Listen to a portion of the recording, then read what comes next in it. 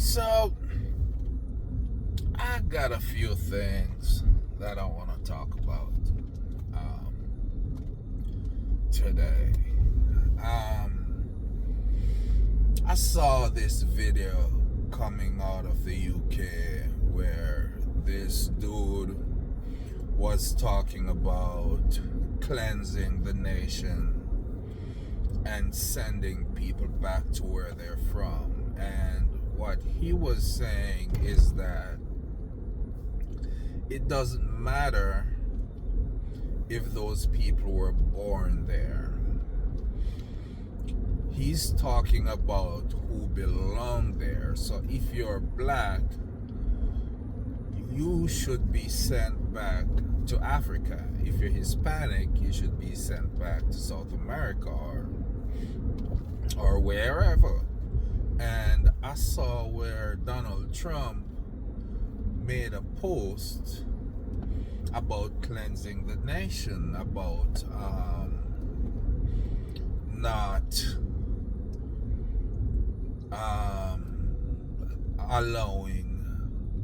not diluting the blood of the nation, for lack of a better word. So they're talking about deporting citizens, and not just naturalized citizens. They're talking about people who were dragged here from Africa and enslaved,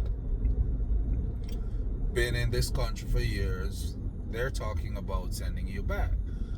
So I get to thinking, where are they gonna go?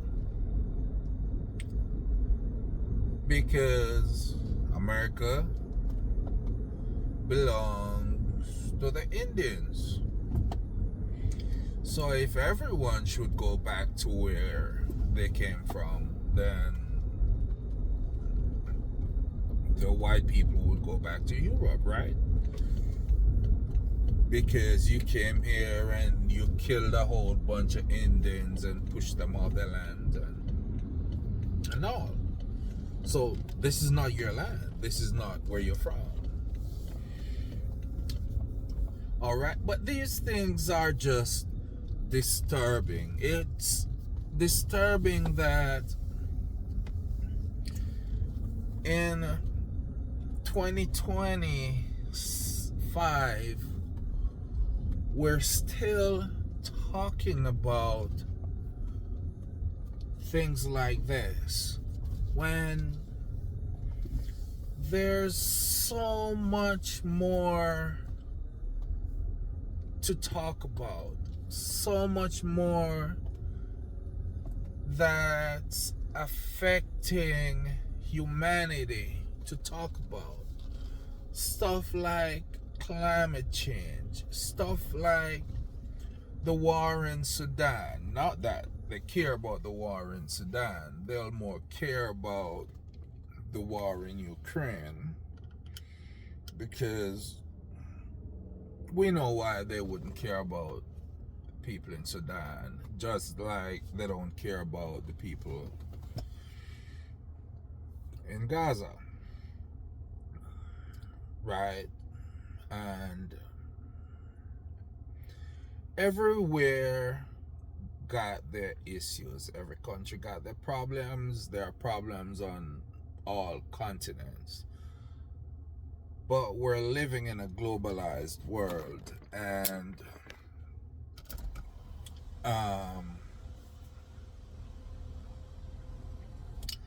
things that happen in one area affects everything globally, right? Like the tariffs. Like the tariffs that Donald Trump is throwing out there. The same kind of tariff that caused the Great Depression in 1929. What's different today? The difference today is that there's a lot more people on the planet, and there's a lot more mouth to feed. There's a lot more people to suffer. We are more interdependent on each other globally. So people will suffer everywhere. Why not work on some of those things? Right? Why stop being a whiny little baby and throw tariffs around everywhere? Right? You're blowing fishing boats out of the water in the Caribbean, claiming that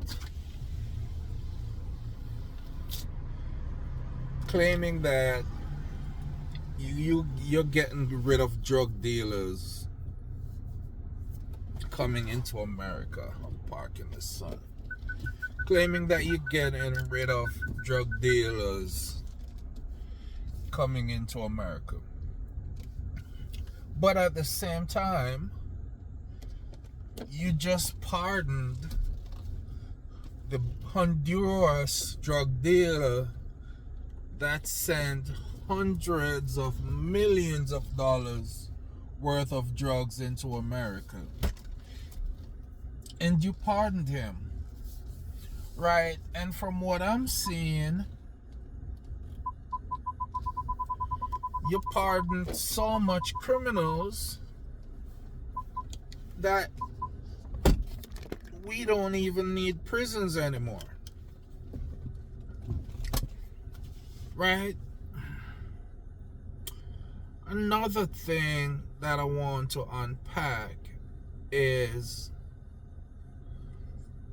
why do we have these super PACs donating to campaigns, political campaigns? Why is that even legal? Because that's just a way for wealthy people, big companies,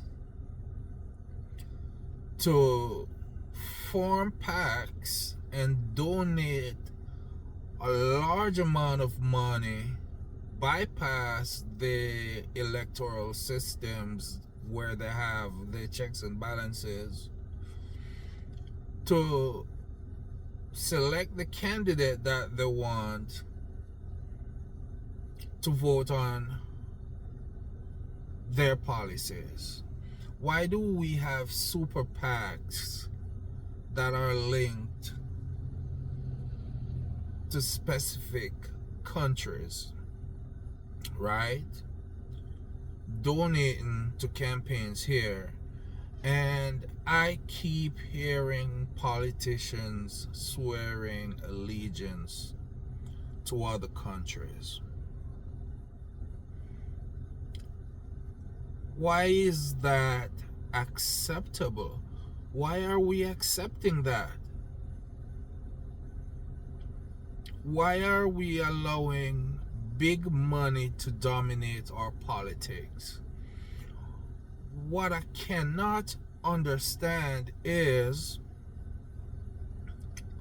those PACs donate $100,000 or $1 million to a campaign, and those representatives will vote to send billions of our tax dollars to other countries. How does that benefit us? They spend a few dollars of their own money just so they can get billions of our money. I don't share the same politics of Nick Fuentes or Tucker Carlson, but this is one area that we agree on. And I start to find that even though they're racist, sometimes I can't tell if they're racist or not, because they contradict themselves, especially Nick Fuentes. Right. But I'm closer to their views than I am with other Republicans in Congress. And what I'm finding out is that the people who are fighting for Americans are getting pushed out. It baffles me, because your job should be for fighting for Americans. But then I dig a little bit deeper, and I started to realize that a lot of what we're hearing, a lot of what we're seeing is censored. The media outlets are owned by the same group of people. Even the movies, the people who are making the movies are the same set of people who own the media systems, right?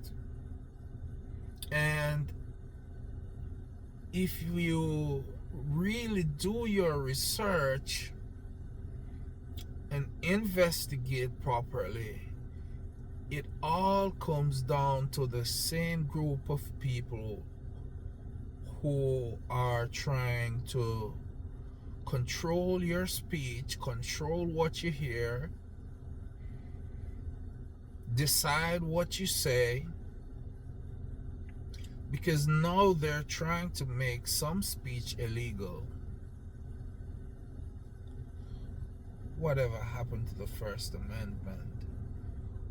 For the past couple of months, almost a year, I realized that the laws don't mean much as long as we have the Supreme Court, because they could just change it. They could just say, oh, well, that law no longer exists.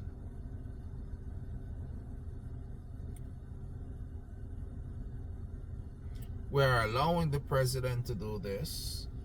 We're allowing the president to do that, even though the current law said that it should be done this way or it should be done that way. Until we start coming together, black, white, Hispanic, Jews, Arabs, until we start coming together, they will continue to win. Because the only way they win is when they're able to divide us. There is always an enemy. Always. If it's not the Arabs, it's the Hispanics invading the border, or the blacks committing crimes, or the hijab, women rights in the Middle East. They fight for women's rights in the Middle East while they're taking away women's rights right here in America, because the women here, they don't control their own bodies. The old men in Congress decide what a woman can and cannot do with her body. I know that I am talking about a lot in this video, I just gotta get it out. Because you see, there's another thing coming. We're close to the end of 2025, and you saw the tariffs, you saw the government shut down, you saw the shortages, you saw inflation rising, you saw the unemployment. We are not sure about where unemployment is right now. We are not sure where inflation is. If the government tells you that inflation is 4.4%, it is 12%. They're hiding everything. They're firing everyone who gives the correct numbers. They're firing everyone who tells the truth. All right? Unemployment right now is upwards of 12%. Inflation could be at 10%. We're not sure. And they're talking about how well the stock market is doing. Of course it is doing well, based on AI. The AI bubble that we're living in. All right? But consumer confidence is at the lowest level since the Great Depression. So how can you have a stock market that's doing so well and consumer confidence is so low? Something is wrong. Something is wrong, and it will take nothing but a millisecond for a global catastrophe, and it is coming. What we saw in 2008 was just a whirlwind compared to the tornado that is coming. And you don't have to believe me.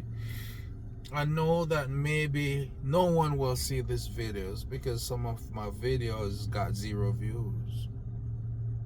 And maybe because of my accent. I don't know. But 2026, something serious is going to happen globally. And I implore, is that the word? I'm not sure. Everyone who have investments to take it and cash it out and take it out the bank.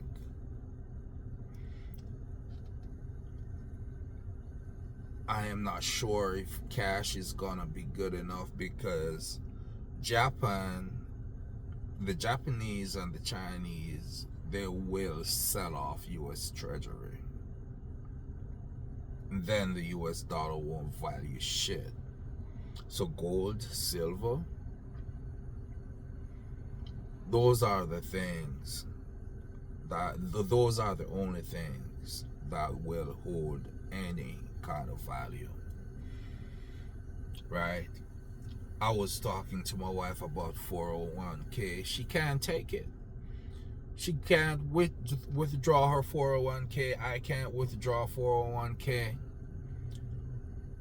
But if the system falls, the CEO walk away with a big payday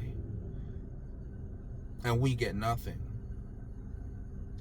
So I am telling her, take a loan against it, take the cash out, and then we'll decide what to do with the cash. You're gonna want, if we don't have car loans because we buy our cars cash. We do that. My brother do that. We all buy our cars cash because we're not paying the interest on no car. That's money in my pocket. But we're in for some serious times. And you need to pay attention.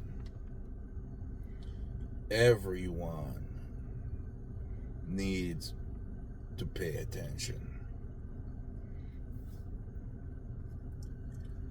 These data centers, because these tech companies, they're buying up land everywhere, and they're buying land close to where they have good power sources and where we have our rivers and our freshwater systems. Reason being, they need a lot of energy to run these data systems, these data plants, and they need water to cool those systems. You're gonna find that your electricity bills are gonna be so high, and in some places they make it illegal for you to have solar panel. The government does that just so you could pay corporations everything. Call it California is a different state. The blue states are kind of different. California allow you to do that, and you can sell energy back to the power companies.